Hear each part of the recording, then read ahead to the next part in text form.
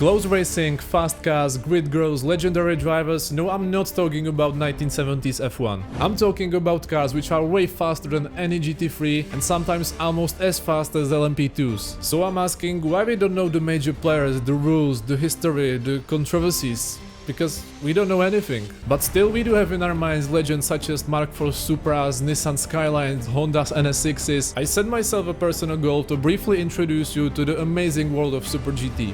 Welcome to the Project VLD. In 1993, Japan GT Association was ending their prototype racing series, which was proclaimed being too expensive and too complex for new players to attempt. These cars were Group C spec and there wasn't really a proper touring car championship in Japan. So the JGTC was born. That's the famous series usually connected with the legends such as Mark IV Supras and Nissan Skylines and Honda Civics, but actually there was also attending many BMWs and Porsches in GT300. It was a full-bred touring car championship and the racing itself was beautiful.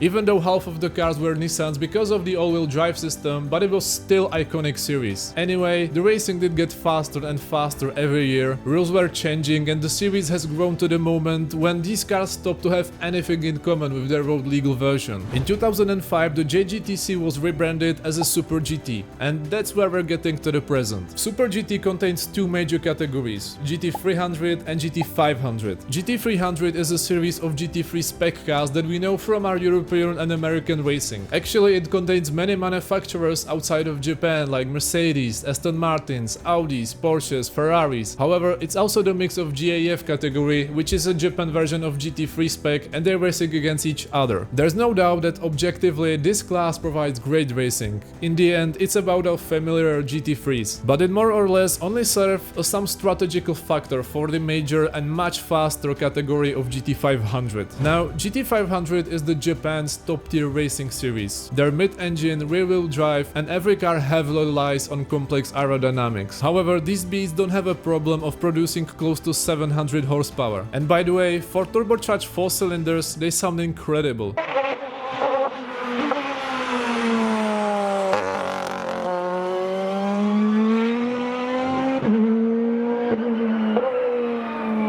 GT500 don't have anything in common with the displayed model of any brand. They are full-bred ground-up racing cars with carbon fiber chassis and the rear wing bigger than your house. But that sounds familiar, isn't it? And yes, you're right. From 2014, GT500 applied the same rules as DTM. But why am I interested in GT500 is because they are sometimes almost as fast as these LMP2 cars, which for something that has GT in its name is again totally amazing. We have many tire suppliers of Michelin, Dunlop, Yokohama or Bridgestone. There's not really a limit what brand of tires you could use, but the majority of the last season grid used Bridgestone and this year is no exception. We have three main manufacturers of Honda, Nissan and Toyota, and no one else outside of this holy trinity is invited. These three have the longest history in Japan racing world and no one else even have the resources of making the ground-up homologated special. Toyota is traditionally running their Supras, but that's where it gets complicated. Official name of Toyota's most famous factory team is TOMs, but you could also hear TGR, AU, TOMs or Motul team. But the reason why am I starting with Toyota is that they have probably the biggest weapons in their drivers lineup, like Kenta Yamashita or Shotsuboi, which has won the last year title and they're proclaims to be the strongest team on 25 grid. Worth mentioning is the fact that they also have couple of strong satellite teams of SARD or Serumo. They are kind of half factory teams because they usually get the upgrades of TOMs after 1 or 2 races. Like I said, in the teams department it gets complicated, however, you could be more familiar with some of the Nissan's team. For example, Nismo, basically the same team which is responsible for making the coolest cars in history, I guess. They also have a great share on GTR Nissan's division, and in the years of 2011 to 2015, the R35 won 4 titles, which in GT500 is totally insane. And Nissan can also proclaim to have the most experience and one of the biggest legends of Super GT drivers of Tsugio Takeo Matsuda, which enters the 25th season of GT500 this year. They also have iconic satellite team of Impul, which did get iconic not just by their blue and white calsonic livery, but more importantly due to their success with Nissan R32s back in the 90s. Nissan is also sharing a lot of data with all of their satellites team, which probably relates to their philosophy of utility or to the lack of titles last seasons. Unfortunately, they already retired the legendary R35, which I found as a huge loss for the whole series. As the last contender arrives, Honda is putting their effort into the factory Stanley Civic team, which has also a strong tradition in Honda's racing history, but maybe some of you are more familiar with Satellites team Mugen. It's famous for research in company's finest engines of Civic Type Rs or Honda S2000s or pretty much any other Honda sharp 4-cylinder. Specialty about Honda is that they have much more drivers with some experience in Super Formula, for example Tomoki Noiri, Ren Sato, or for someone better known from Formula 2, Nobuharu Matsushita. Okay, so we went through the boring stuff of naming the main players and who is the best and why is the best, but